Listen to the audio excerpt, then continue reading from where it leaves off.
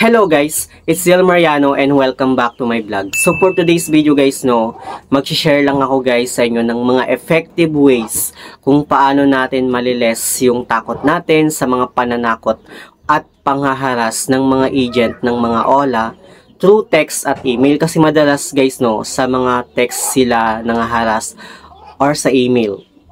And I know guys na marami pa din sa atin na nakakaranas ng depression dahil takot nga every time na nakaka-receive nga tayo ng mga text at email sa mga agent ng OLA. So for now guys mag-share nga ako sa inyo ng mga ginawa ko before, paano ko nalampasan yung ganong setup.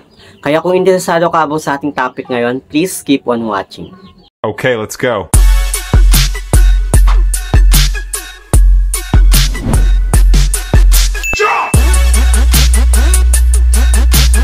Alam ko guys na marami sa atin nakakaranas ng depression dahil nga hinaharas sila tayo ng mga agent ng mga OLA, lalo na kapag hindi tayo nakakapag-settle ng ating loan sa kanila, which is normal na talaga yan guys nagawain talaga ng mga agent ng OLA na manakot sila through text at email. Minsan guys kinokontak nila yung mga nasa contact list mo, lalo na at meron na nga silang access sa contact informations mo sa cellphone mo. So ito nga guys yung kwento. Last year nga hindi ko na nga na-settle yung loan ko doon sa ibang mga loan applications dahil sobrang nahirapan na talaga ako guys sa tapal-tapal system. Kasi parang nabuhay na ako sa ganong sistema guys na uutang sa isang loan applications tapos ibabayad doon sa unang loan applications na nautangan mo. So parang naging gano'n na lang guys yung setup ko nung time na yon. So parang sobrang hirap guys kasi palaki na siya ng palaki yung interest niya. So nung time na yun guys sabi ko ititigil ko na. So tinigil ko na nga guys Then tinry ko na nga makipag-usap dun sa mga agent ng mga OLA na ganitong day ko na nga lang siya babayaran at ipo-full amount ko na lang siya. Then, sana tanggalin na lang yung interest. Kung ano lang yung amount na na-receive ko, yun na lang yung ibabalik ko sa kanila. Pero hindi nga pumayag yung mga agent dahil gusto nila makuha din yung interest. So, dun na nga guys yung pumasok yung mga pananakot nila through text, pati sa email guys, ginugulo nila ako. At hindi lang sa email, pati guys sa Facebook kasi na-access nga nila guys yung aking Facebook account. And then yung time na yun guys sobrang na-depress talaga ako. Yung tipo na umiiyak talaga ako sa kwarto, hindi na ako lumalabas ng bahay. Tapos, hindi na ako madalas masyadong kumakain. Parang nawalan na ako ng ganang kumain. Kasi nga syempre nagsasuffer ka nga ng depression mo doon sa mga OLA dahil sobrang hindi mo na kinakaya yung mga pananakot nila through text na kung ano-ano guys yung mga pinagsasabi nila sa text messages. And by that time guys halos hindi ko na talaga alam yung gagawin ko. Iyak na ako ng iyak. Tapos sobra talaga guys yung pagsasuffer ko ng depression ko. Halos umabot yata siya ng 3 months na nagsasuffer ako ng depression ko. Na halos hindi na ako makausap ng maayos, para akong laging galit. Kasi ganun talaga yung nafe-feel ko nung time na yun guys, na parang nawawalan talaga ako sa sarili ko. Kasi nga syempre hindi mo na alam yung gagawin mo. Lalo na ang dami nilang mga text at email at kung ano-ano yung mapambabanta nila sa'yo. So, pero nung time na yun guys halos 3 months nga ako na gano'n na lang yung setup ko na nagsasuffer ng depression. Pero sabi ko, parang hindi ko yata deserve na mag-suffer ng ganito, sobrang ganitong depression. So, yung ginawa ko guys sumali ako sa mga Facebook group ng mga OLA victims. Then nagbabasa-basa lang ako dun guys ng mga runs nila about din sa mga pananakot nila ng mga agent ng mga OLA. So parang dun guys nakakakuha ako ng lakas ng loob.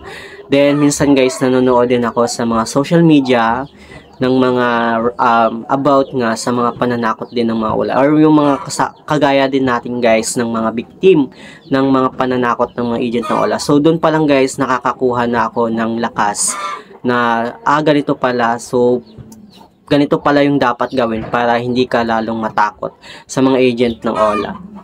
So ito nga guys yung mga effective way paano ko nalampasan yung ganong setup maliban sa pagbabasa ko ng mga runs sa mga Facebook page, ay sa mga Facebook group ng mga victim ng OLA. So ito guys, yung isa sa mga ginawa ko is nag-turn off SIM ako since hindi ko na talaga minsan kinakaya yung mga pananakot nila through text kasi sobra na guys no yung mga pambabanta nila.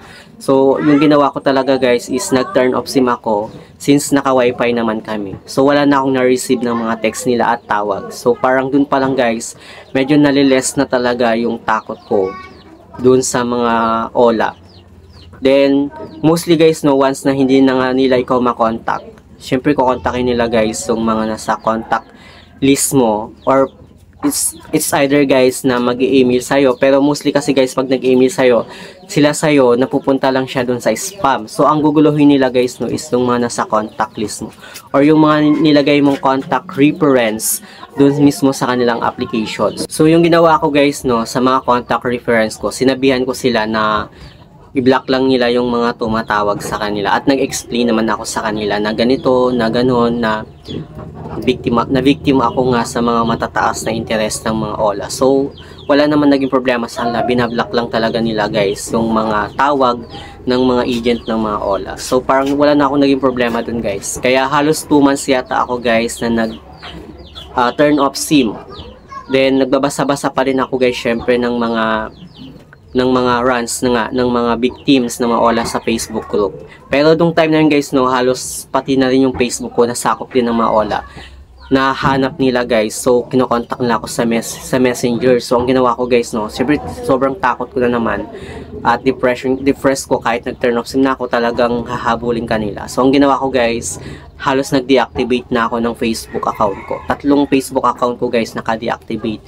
Pero naka-open lang yung Messenger ko. So blinak ko nga yung mga agent ng mga OLA, pero yung Facebook account ko is naka-deactivate. So parang wala akong na-receive na ng mga chat ng mga OLA since naka-deactivate na yung Facebook account ko, pero naka-inactivate naman yung Messenger ko. So yung ganun ginawa ko guys, no, pwede yung gawin yun guys in case na kinokontak na kayo ng mga agent ng mga OLA.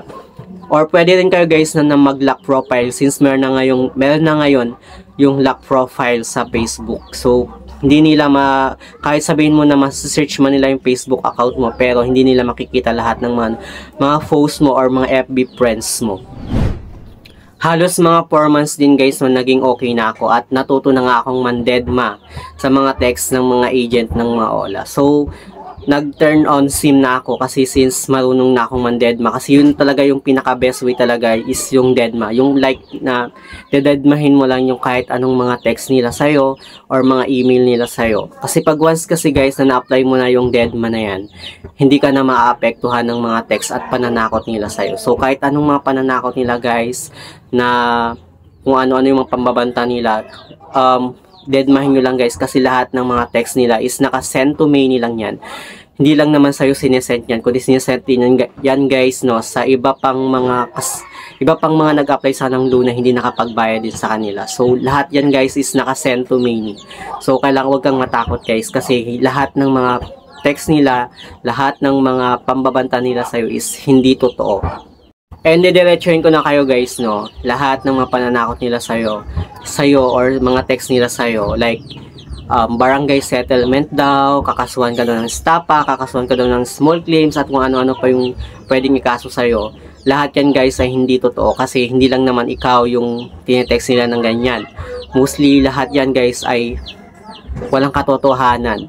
Ito lang based talaga sa experience ko, kasi halos hindi lang naman ako yung kintext nila ng ganito.